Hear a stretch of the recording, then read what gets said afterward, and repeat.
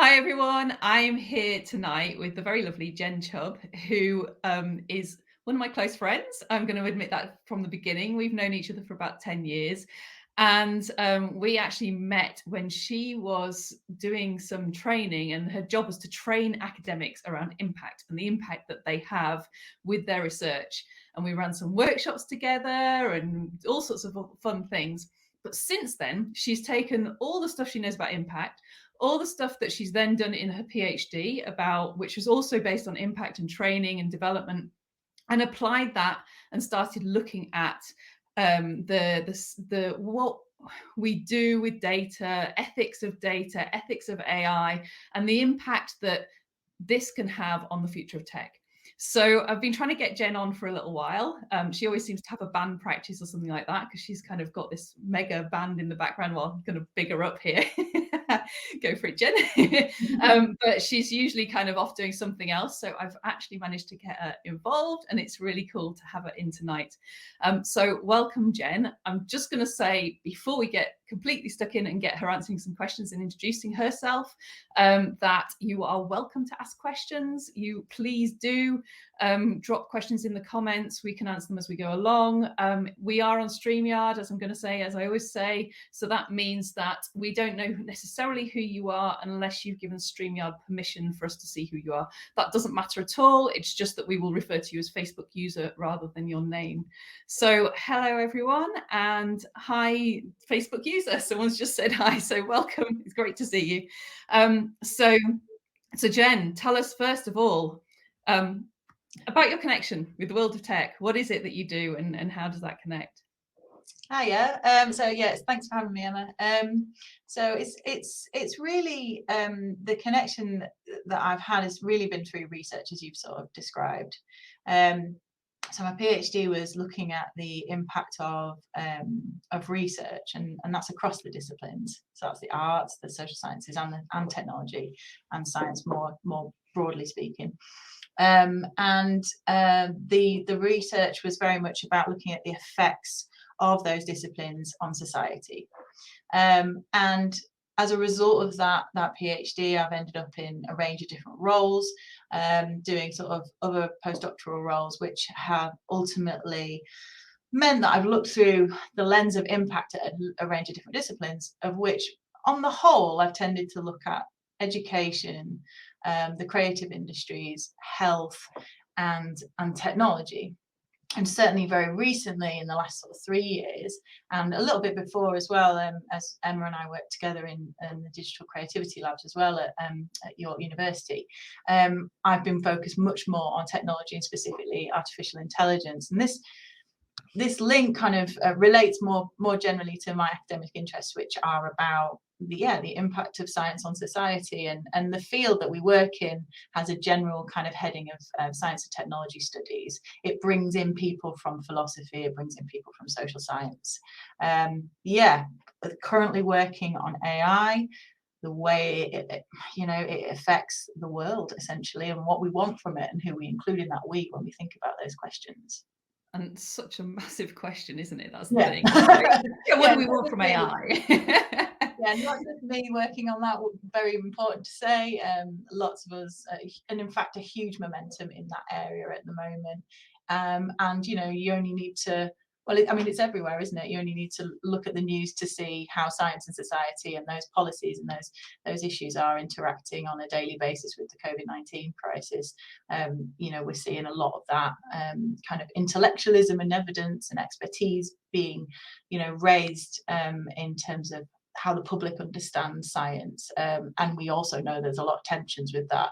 So that's a real big part of what I'm interested in academically, I suppose. But yeah, and I've also just got a lot of friends who are interested in tech, and I've always been somebody who's a happy user of technology. So yeah, that's really. Okay. And so I was going to ask, because you sort of explained this, but how did you first get involved in working with tech researchers? What first drew you in? I think the first thing, as you mentioned, before I was doing my PhD and during, I was a trainer. So I was involved in training academics principally, but also sometimes managers and other sort of, kind of I suppose, professional services roles mainly in universities.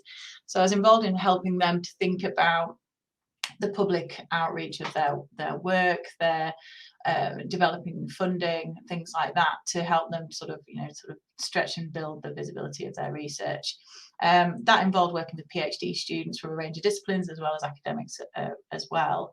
And so I would say that's the first time I was first exposed, and that was back at the University of Leeds, actually, back in 2006, when I first started doing like an enterprise and knowledge transfer role, is what they'd call it. So I was regularly sort of thrown into a room. Bear in mind, I don't have a science background. I think that's why Emma's brought me on today. So I'm sort of non-techie.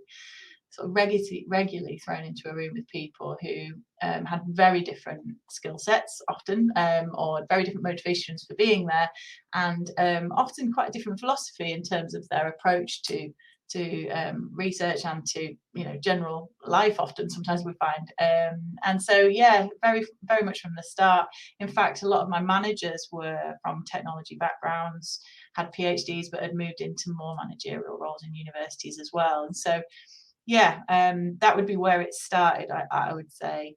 And again, it's about then moving on from that and then adapting into interdisciplinary research with technologists, which again is a huge step on from standing and supporting them through training. And I think that interdisciplinary research element is something that I've had to really get to grips with, quite early on. Following the PhD, the first postdoc I did was looking at science policy. So I was mainly mixing then with kind of, I suppose, social scientists, arts and humanities scholars. But there were occasions where we would be looking at, okay, what's the political or policy implication of a particular innovation? And that might well be in technology, could be in climate change or whatever.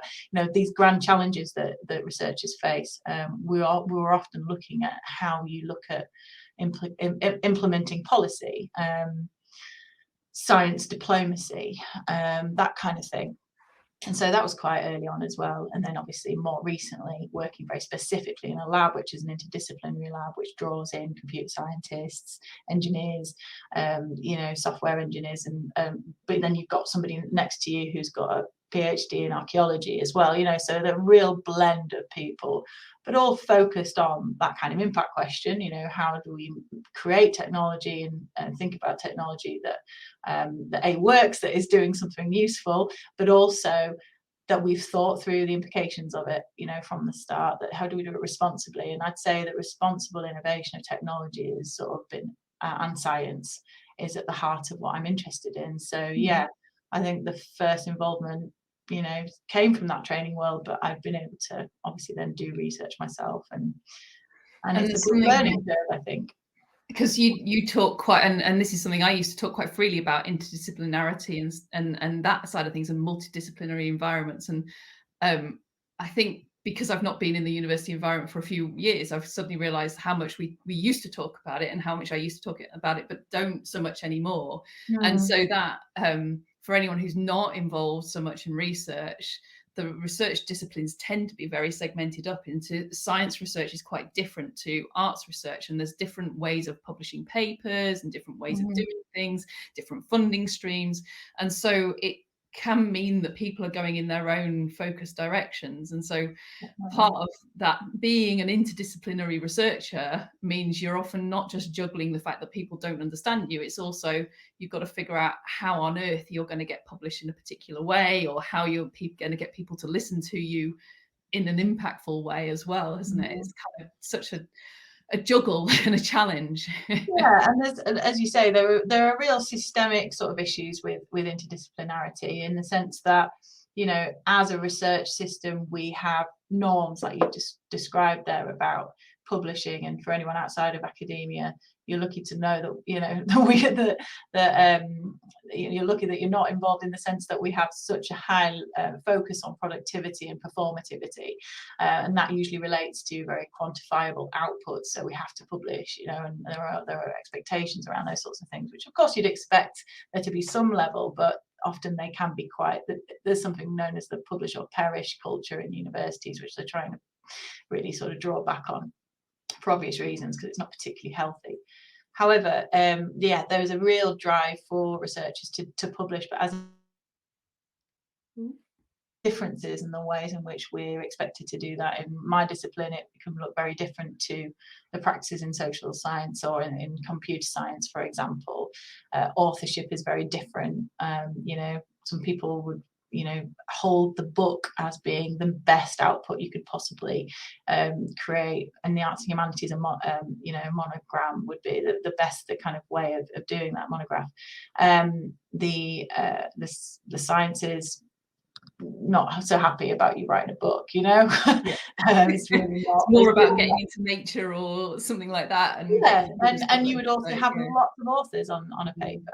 Anyway, we won't get bogged in that down with that. And we're going to come back to the kind of the discussion around how do you deal with that environment, and what's it like to be an interdisciplinarian, and this kind of follows on. So because you're a social scientist now. He's kind of been through, but that's also not always obvious when so what social sciences is, and what do we have to learn in science and tech from the social sciences. So what would you say fits in here? Well, I mean, I think it's a really good question, and as I say, I mean, sitting in the lab as we do, you know, you come up against often, you know, kind of these different approaches. I don't want it to be too binary about it, because I don't believe that binary entirely exists, but it's there for a reason. And that's to say that often the harder sciences, if you want to say that, you know, may be more associated with the quantifiable. So something, you know, stats, you know, for as an obvious example, and numbers and those kind of metrics. In the social science world, there is a whole host of people interested in quants as well, but it tends to be that bit more qualitative, and it tends to be looking for richness rather than necessarily always trying to replicate data. You'd be looking for transferability, so an idea that you can transfer into another area, but you wouldn't necessarily be looking to always replicate the same results. And that's the difference in social science, particularly on the qualitative end, which is where I sit. So that's where we're really bringing in voices into the research process. So you're interviewing, you're using focus group data. Yes, you could be doing some ethnographic work as well, but whereby you're literally observing what's going on in a particular area. That's very common in health research, for example. And you may be surveying as well, but I think the key is you're bringing people very much into.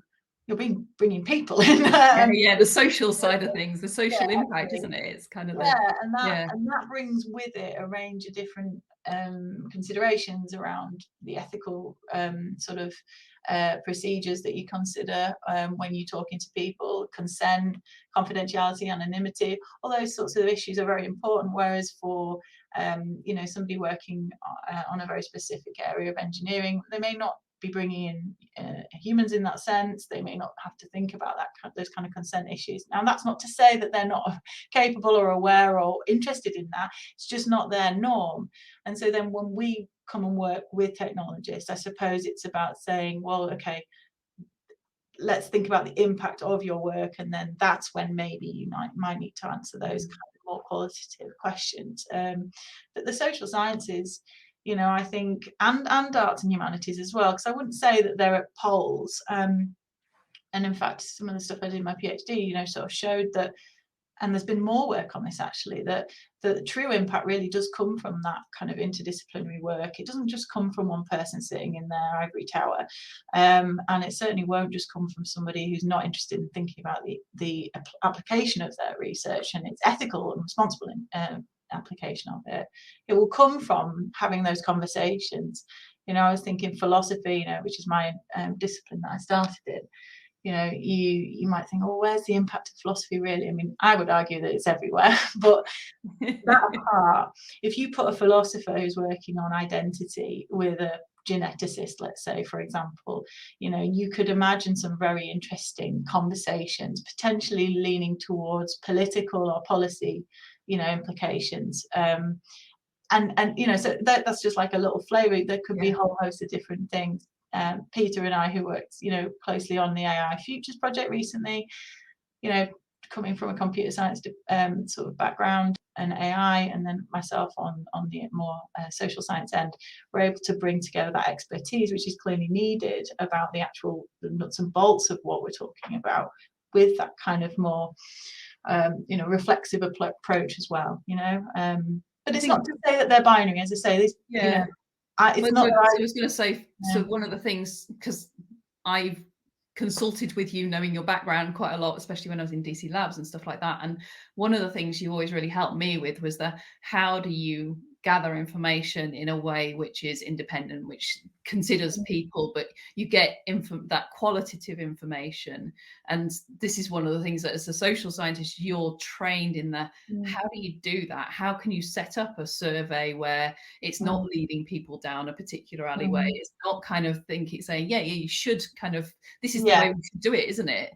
And yes, instead you've got a way of setting up a framework which allows you to have that independence there and really gather people's perspectives and users. And as tech becomes, as people are more aware of the impacts tech has on people's lives, we need people like you to help us understand that. Yeah, and I think one of the things about the movement certainly around the ethics and thinking about the impact of AI, let's take as an example, is that there's an awful lot of ethics washing that's going on, and we see that in big corporations like Google and others who are hiring kind of bodies to look at ethics, and they tend to be in-house.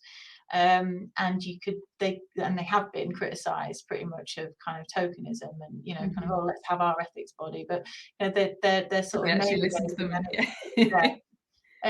What you really need is somebody a bit more independent from that, and we are seeing momentum in that space. But I mean, even just in the last 2 years, there's been like a proliferation of ethics guidance and principles in the world of technology. I think some 76 papers were published, with guidance on how to do an ethics kind of approval of your technology in the last 2 years.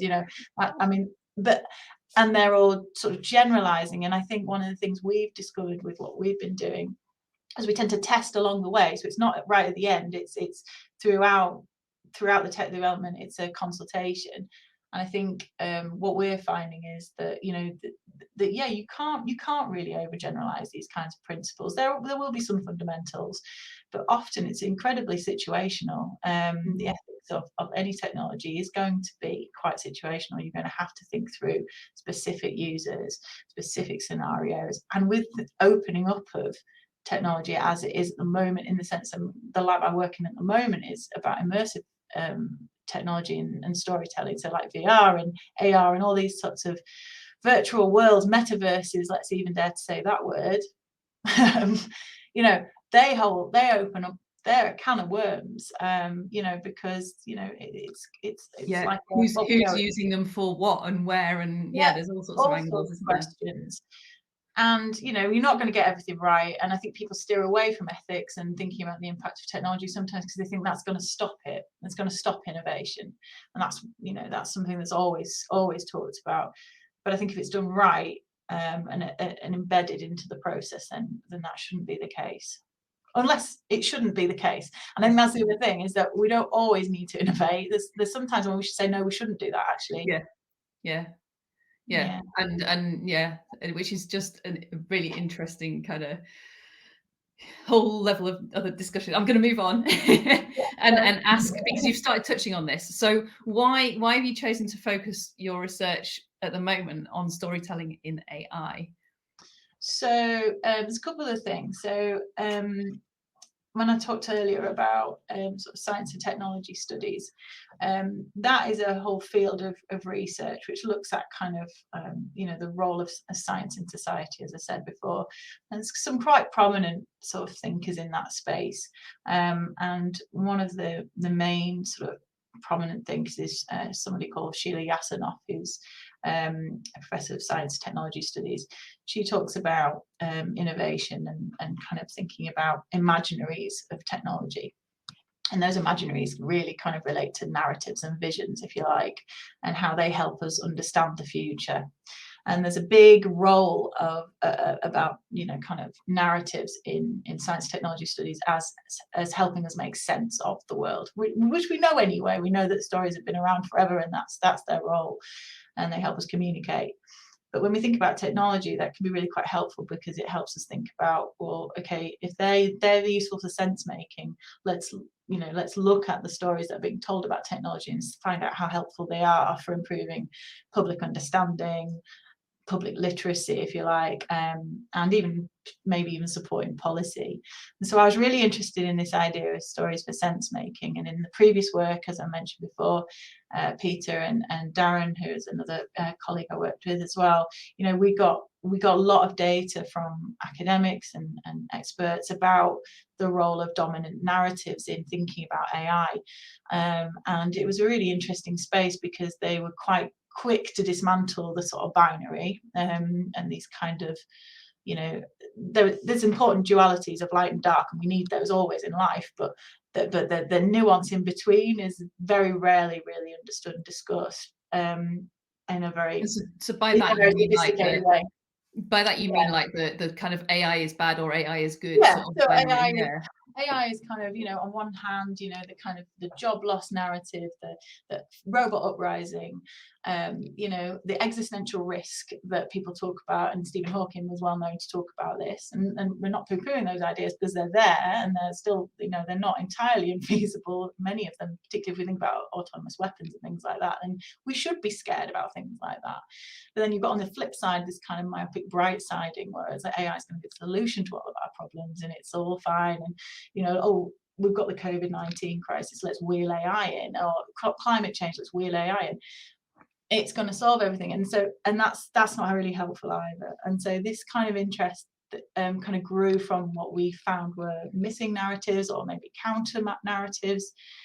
And then, you know, there's a lab, as I said, associated with the previous lab I worked with, which was focused on storytelling, and I thought, wouldn't it be nice to really look at the ways in which stories are told through documentary, things like that, about technology, and kind of get a sense of what narrative features are impeding or helping people understand tech.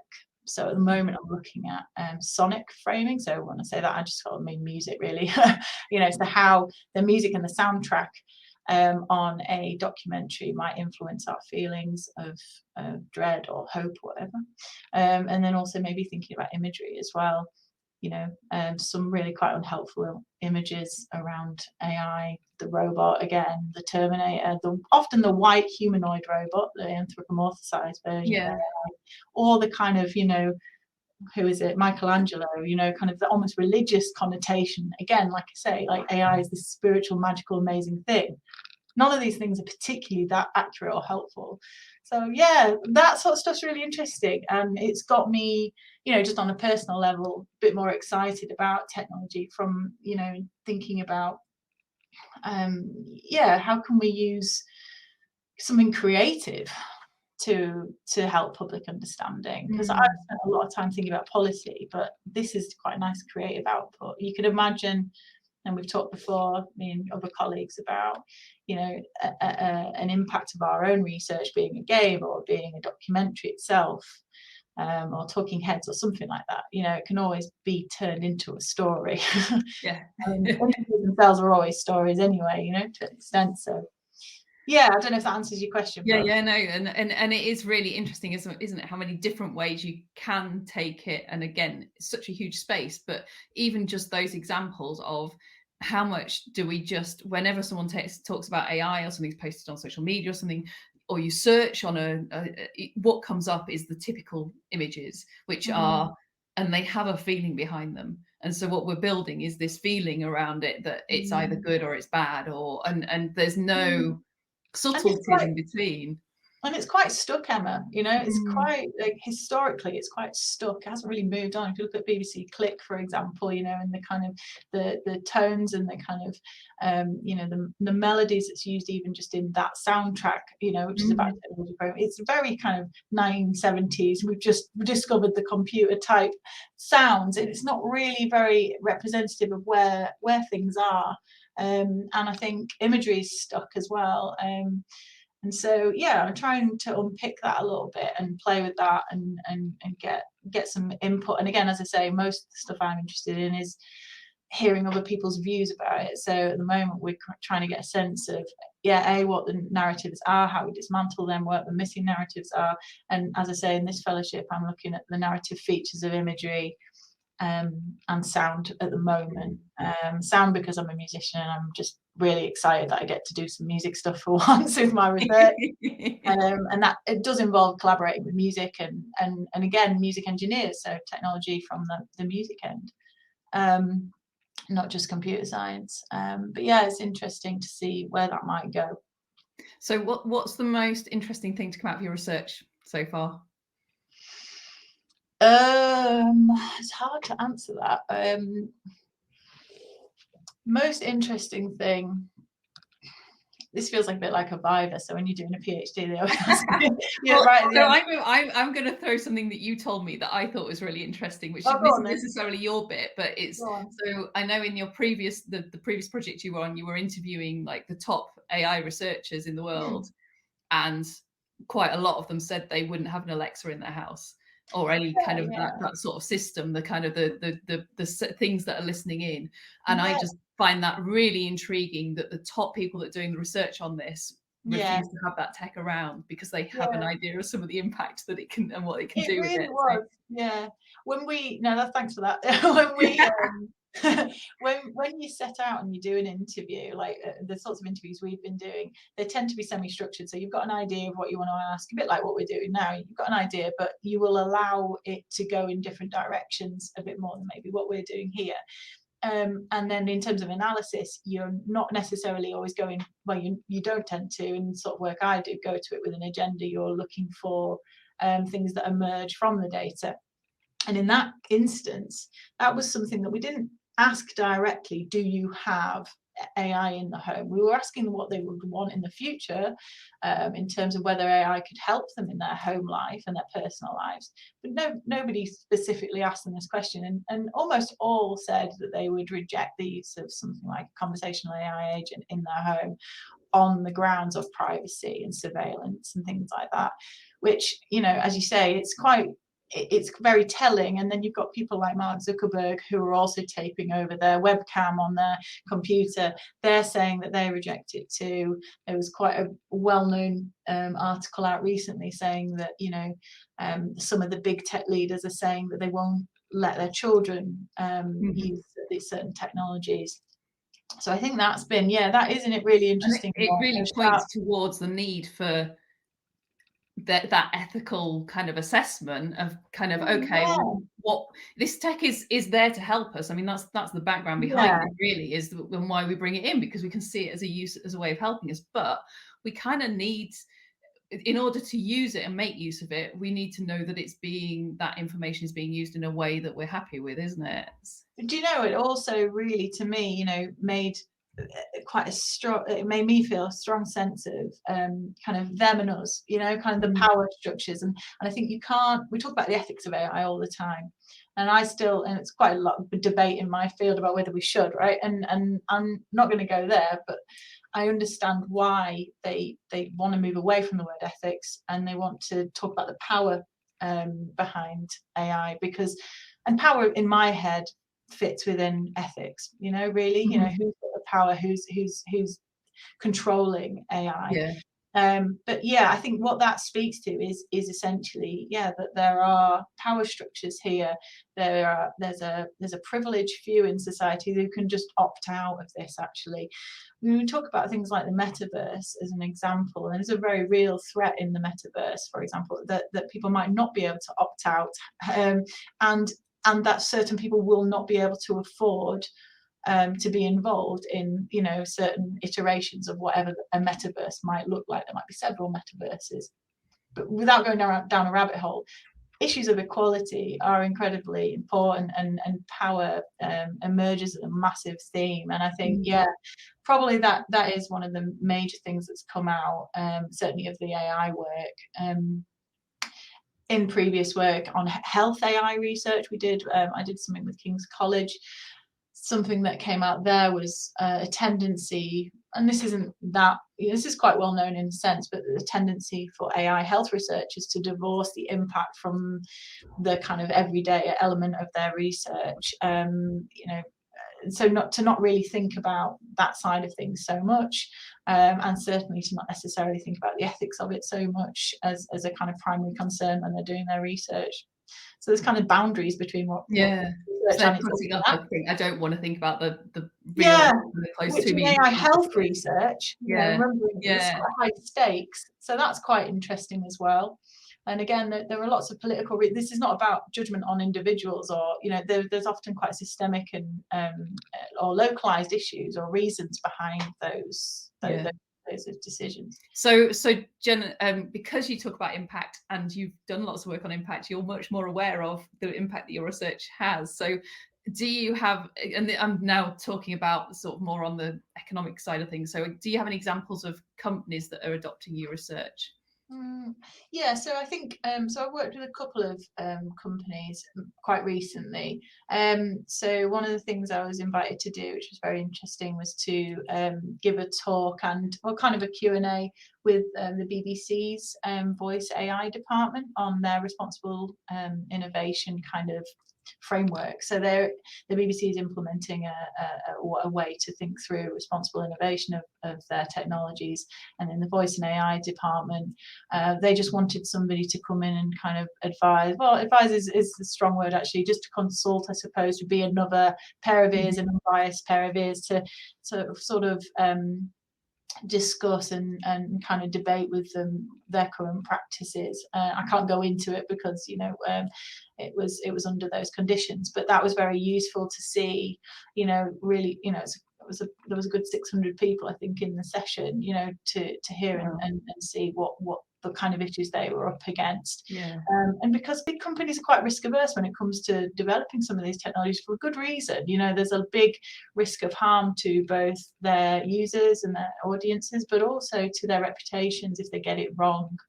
And using algorithms and using predictive models that they don't necessarily understand the impact of, or the unintended consequences of them. Take Microsoft, for example, as being a big well-known example where it's been well documented about the kind of the historical bias that was implemented in some of their technologies in terms of racial bias. These big companies are concerned to use AI and then have themselves, shoot themselves in the foot when they realise that there's a real algorithmic injustice to what they've developed. So there was a conversation with BBC about how to responsibly develop voice AI, and more recently we've been working with some SMEs in XR Stories, which is at York. So I was involved in the development of a children's meta story chat tool. So a kid would watch their favourite TV show and the credits would roll and they'd be able to interact, let's say Sesame Street, just because I love Sesame Street. And so Elmo pipes up at the end and says, hey, what do you want to happen in the next episode? And the kid says, I'd be really good if you could talk to Cookie Monster about X or Y. And then they can also direct where that episode's going in terms of its narrative content and things. So we developed this meta story chat tool. And I was involved in the sense that I was kind of checking for the ethical kind of safeguarding of this. And this is particularly topical because I said to you the other day, didn't I, about the BBC covering Alexa's recent mishap with challenging a child to put a 10p in a plug socket. And so there's huge issues really when you think about conversational AI for children. In this sense, we were trying to do a very creative thing, just a storytelling thing, but inevitably it's still storing the data of a child's voice. That child could sort of divulge something that's quite personal to a machine. There's issues around secrecy, deception. There's issues around privacy, surveillance, parental control, and also things that are to do with their cognitive and social development as well. And we're seeing this as these kinds of agents are more ubiquitous in our lives and in our homes. Children's question asking abilities or understanding of how to ask a question is maybe being shaped by how Alexa responds to them. My mum doesn't answer as quick as Alexa, so I'm going to shout at my mum. Or, you know, even stuff to do with gender that could be, you know, again, which is well known, you know, the female voice. Is it an empowered female voice, or more likely is it a subservient female, you know, responding to, you know? And so there's all those kinds of things. And so working with this company, Joy Polloy, who are based in Sheffield, we co-developed this tool, and try to do so, you know, responsibly and ethically. We wrote a paper about it. It's nowhere near, you know, I wouldn't say we've got to the point where we've solved this issue, but we were able to write a case study about that particular example. And there's lots of work going on in other aspects of my team. As a virtual reality company who recently approached us interested in doing some VR and immersive storytelling for autistic children, all those sorts of things. I think that, well, and that's one of the things I was going to say is, so it is that, and this is why DC Labs got funded, why XR Stories got funded and stuff, knowing that. But it's the kind of seeing you going in and applying these ideas and actually working with the companies and then going, oh, that's the real problem here, not these things that I think is going to be the problem. Actually, there's a real practical thing that we need to start to solve, and it focuses you much more, doesn't it, on that side of things. And that's what I'm hearing from the voice, the voice activated stuff, working with kids. Suddenly you start going, oh my god, there's so many rabbit holes here. How do we, and like you were saying at the beginning, it's great having a generalized thing, but if you create a generalized thing and the researchers or the developers take it and they can't apply it, then there's not much point having a generalized thing, because they'll just dismiss it. So by going and doing these case studies, that helps you to really understand, well, what are the questions that come up? So and I think working on those use cases is, and it's quite rare.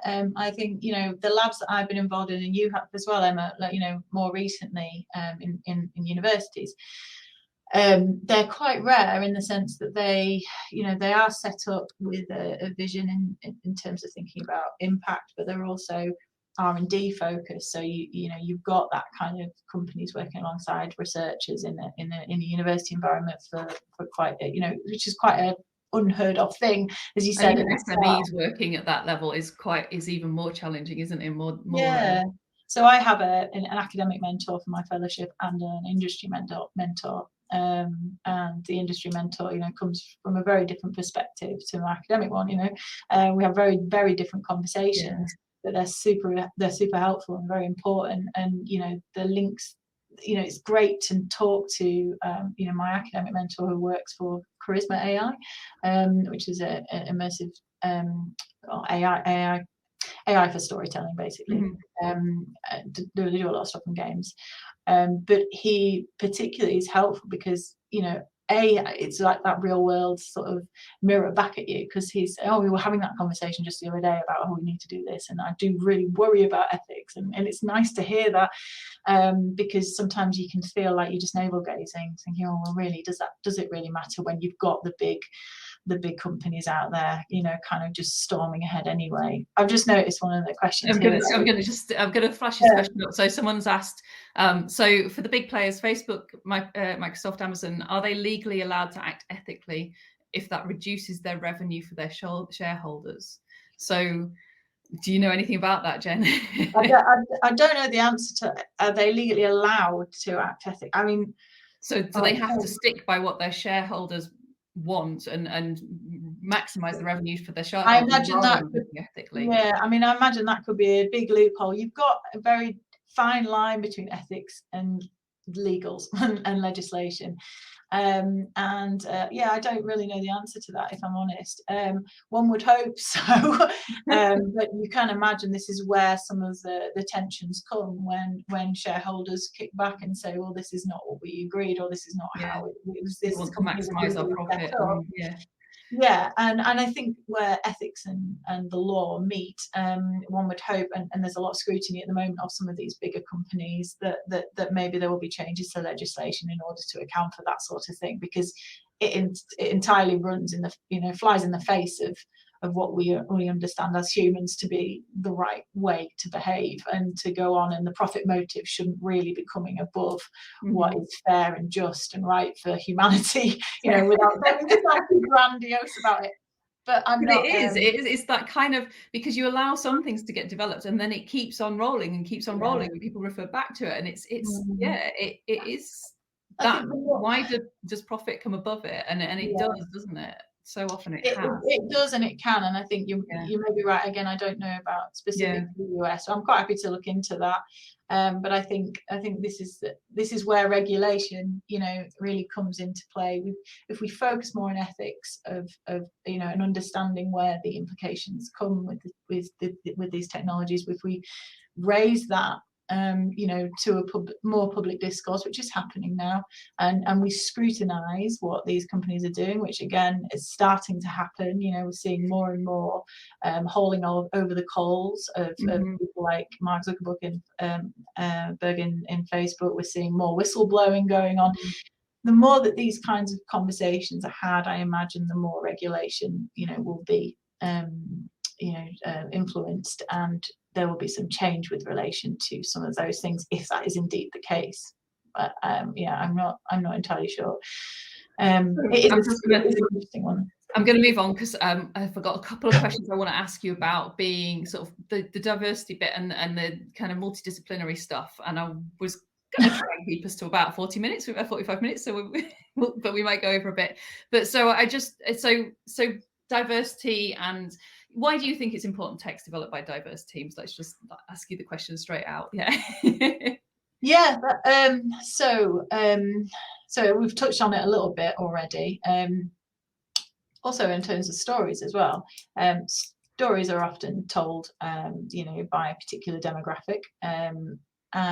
Maybe it's not fair to entirely say it's all white privileged men, middle class men, Western, Western perspective as well. But often, when we're looking at some of the most dominant narratives, at least in kind of our immediate sphere, they tend to be more Western narratives. They tend to be dominated by men, and a privileged few as well talking about it. Those stories obviously then translate into its developments on occasion, often, and we know very well, Emma, which is why you set up this, that this is a male-dominated world on the whole, and the AI, at least in terms of narrow AI at the moment, is not creating itself, right? So the behind it is a human. And many want it to stay that way. Some argue it will not stay that way. Many argue it will not stay that way very soon. 2045, many people think we'll have some kind of general intelligence which does not require and surpasses human intelligence. Anyway, those things are up for debate, but the point being that these systems, these algorithms, for example, are trained by humans. So we've got to think about what's going in. And I like to use the sort of one of the phrases of one of our participants, which is that AI is like a mirror to us. It's like a mirror to whatever we're thinking, whatever we feel, whatever we know. So whoever's sort of training that data, or that system rather, or using that data, labeling that data, is going to bring their own bias to it. So if we've only got white guys, let's say, for example, as an example, and I don't want to sound like a social justice warrior, but this is the case. And there's lots of papers on the whiteness of AI. You can have a look at that as well. But if we've only got this demographic behind these systems, behind this technology, then we're going to only see that in its output as well. And we know full well that there's been many issues with, for example, AI being used to identify certain things. So let's say, for example, looking at asking an AI to identify a wedding and showing it a picture of an Asian wedding, and then a sort of a westernized, white, what's the word, veil, woman in a white dress, and the AI only identifying the white dress as the wedding and not seeing the cultural relevance of things. So that is a very the tip of the iceberg. You know, we know that, and there's a lot of work going on about racist robots and racial injustice. There's the Netflix documentary about coded bias that's just come out, which is really, really good at looking at facial recognition systems. And you know, they're in the concerns about some of these technologies to not necessarily recognize people of color. Things of that nature are really, really concerning. And so if it's not developed by diverse teams, we're going to have more of the same. And that's not really acceptable. If we and want it's to, not saying that the people that have developed them are necessarily no, racist, or it's just no, that they haven't thought to include that stuff in because they're not, that's not their demographic. Yeah, and you also might get, and you might get systems that are based on historical data. So let's take it away from the individual. Let's think about, Emma, you went to Cambridge. Let's say Cambridge University, which doesn't have the most broad demographic of its students. Let's say it wants to take on a admissions system that's driven by AI, and it pulls from its historical data. It's going to pull white kids. So, you know, so it's going to be, so that's nothing. Well, I mean, ultimately there was an issue in the sense that it wasn't necessarily as broad. It's not, it's the thinking, having the diversity in the team means you're more likely to get people questioning it, isn't it? It's the kind of thing. I think so. And I think having diverse voices at different stages of development are really important as well, so that you've got that testing as well, you know, so not just necessarily at the start with algorithms as I've described, but also, you know, for example, you know, testing a piece of technology out on particular groups, seeing how if it works for them, if they're disadvantaged in any way. So I might be being involved in a bit about voice technologies and Alexa for the elderly. So that whole project is more of a participatory research exercise. So it's some guys in computer science and somebody else who used to work with at DC Labs, and they're really interested to see, okay, well, to what extent does this help the elderly, and what would be useful, what wouldn't be, or what different ages, you know, does this start to be unhelpful, you know, that kind of thing. And you can only do that by testing and bringing in those voices, and hopefully elderly individuals from across a range of demographics, both in terms of gender, race, class, exposure to technology and support within their environment for technology. So and I think that's really important. And I think it's something that we're relatively in a privileged position, entirely by chance, and you know, it's something that sometimes people just forget with unconscious because you can get so focused on solving the problem that you forget about the fact that there's a bigger problem that actually and so what do you find the most challenging about this? So because it is challenging working in an interdisciplinary team. It's much more challenging than kind of just putting your head down and solving the little problem that you've got, when someone else is coming in and going, but have you thought about this? And so what do you find most challenging about working with people from other disciplines? I think the first thing about, bringing my perspective to things, sometimes people can assume, if they've not necessarily done much stuff on ethics or impact, I think they can assume you're going to be critical. So often somebody who's developing technology or innovating, I don't want to generalize about anything, by the way, so if I do that, I apologize profusely, but I'm just going to go from what some of the things I've seen. So often, or sometimes, people can be very, you know, kind of, what's the word? You know, when somebody's very optimistic, essentially, right? You know, excited, really want to push something forward, and they'll say, oh, you know, that's going to slow it down, that's going to stop it. Here they are, the doomsdayers, you know, kind of really critical about this technology. Oh, you know, it's not going to happen if I have to do this or that. Or why do I have to think about this? Or that's not my job, that's for somebody else. You know? Or it's too hard a question, even. So that can happen, I think. On the flip side, though, you know, again, you know, it's not all about me as such. It's I think, you know, you've talked a little bit about things like imposter syndrome as well. I think that sneaks in. It might sneak in on both sides, but I think we as social scientists are more likely to probably take it on our shoulders if we start to feel like imposters, because we don't. And it comes back to these very entrenched ideas about whether the quantifiable is more valuable than the qualitative. thinking and feeling, all of these kinds of dichotomies where people, uphold rationality, science positivism versus, down there, qualitative feelings, emotions, attitudes. That sounds That's brilliant. not science, is it? Exactly.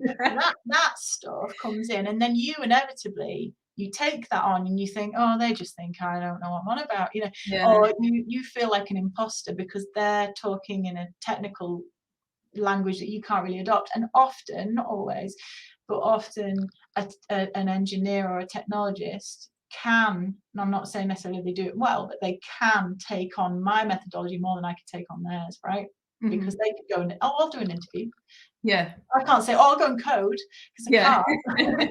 So, but what we fail to have there is, they've spent years learning to code. I've spent years learning to do the interview, but they can still think they can go and do one. And I think that's one of the things. That's one of the reasons why we brought you into DC Labs to help out there, was because it was easy for us to some of the researchers to say, I'm going to go and do an interview here, but making sure that they were doing it in that non-judgmental, non-directive way. And there's a real skill to that and the analysis that you guys do afterwards. You know what I mean? Part of it. It's just knowing how to go through and look at the data and pull it out from the quality of data from a conversation. There's so much work goes into it. And I look at it and go, oh my God, I could never do that. But I'm sure I could learn, but I don't think I'd have the patience. And in the same way, I'm sure you could learn to code, but do you have the patience to want to? I would actually like to code. I just want it on. Advent of code next year, right? I'm teaching you. I'd love that. I genuinely would. I think. I mean by that, why does that matter? It matters because ultimately you want to have respect in your interactions across disciplines, and sometimes. Like I say, some of these views can be a bit entrenched and quite, like hard to get through. And I think, sometimes that can be unhelpful. And people will sometimes go to a particular discussion, maybe with a particular view of, the philosopher's going to say this, and sometimes they might be right. And they will live up to their stereotypes. So what tips do you have for actually getting them to listen to you? One tip, because we're running short on time now, aren't we? Pressure. I don't know if I've got any tips. I think obviously clarity helps, and a simple message is always better than something that's really convoluted. And I think in academia we're really guilty of trying to overcomplicate things with jargon and things like that. So I think trying to strip that away is really good. I think when you're trying to work across disciplines, trying to find some mutual value and getting on that rather than necessarily the nitty gritty. You're both going to bring different things to the party, so it's about maybe having a shared outcome rather than necessarily the route to getting there. So and the thing I'm hearing there is the letting them know that you want this to be successful. It's just that there's another. This is more likely for them to be successful. They might get there quicker by ignoring you. It might not actually ever get used in the world, or it might have some flaws in it and it might not actually work. So and I mean, I think it's worth saying that, even within a field, even within, talking a lot about disciplines and stuff here, I suppose it might not be necessarily relevant to some people viewing this, but I suppose even within a particular field or an area you're working in, even there you can get some real differences. So a social scientist is not just some kind of homogenous group, right? There's massive differences between me and somebody else. I can name lots of different people in different departments at York who are social scientists but have nothing in common with me in terms of their approach, their methodologies, they might be theorists, they might be coming from a totally different perspective. And so I think, again, just not assuming that, and you might have more in common with people than you realize, I guess is what I'm getting at. And ultimately, if you've got a similar kind of goal, and I also try and always be as kind of collegiate as I can be. I'm quite a collaborative person, but I try and be, just kind of, I try and care. I do try and care. That sounds I think it's important to really try to put yourself in their shoes a bit, and try and be as kind of understanding of that. Sometimes that doesn't always happen, and that's just being human, I think. But yeah, those things are important. Otherwise, you just we talked about this as well, didn't we? You kind of other yourself. You become this random, and and you become the people that the person that people don't listen to because you're too other. You've kind of got to be willing to show how you fit into their world, and how your stuff is relevant in their world. Yeah, and I think one of the things that I've realised is, I'm definitely an interdisciplinary researcher. I've sat in different departments, throughout my research journey. I've been in education, politics, theatre and TV, computer science. I feel like there's another one. Oh yeah, books, aren't you? Yeah, like I'm part of a unit in sociology. Music technology. Yeah, and technically in philosophy to begin with. So that's 7 disciplines really.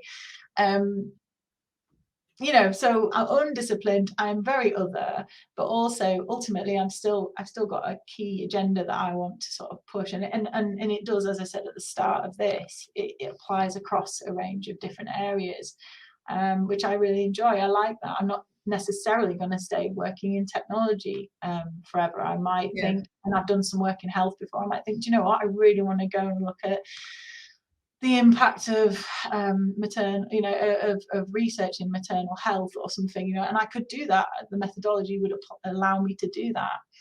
Just so happens that science and technology has been my main focus, and I think that's it's cool, it's interesting, it's fun, and it's got some good people around, so that's where I am at the moment.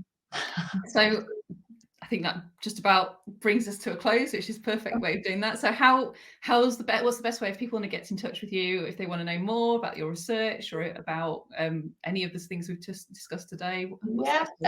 So I've got a webpage, which is jenchubb.com, and that's got most of my kind of publications and presentations and things like that on it, and I think there may be a email or a form on there. If not, there's a Twitter, which is just Jenn Chubb with double N, and the University of York web pages as well. I'll be on there somewhere on probably several different departments. Confusing the systems.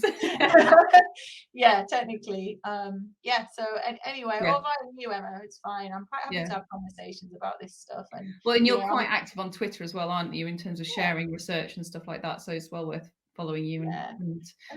So I've put that link, I'll put the link into the description so people can find you on that.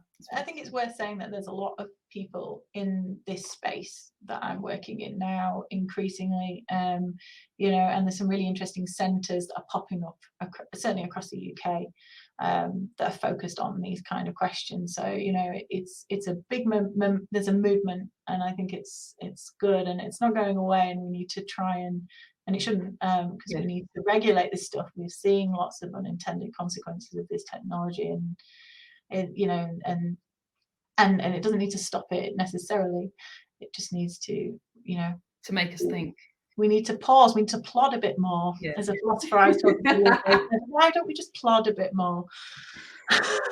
Why not? Why do we need to get faster? We do seem to be getting faster, don't we? So let's make make technology plod. Just for a little while. There's nothing wrong with that, is there?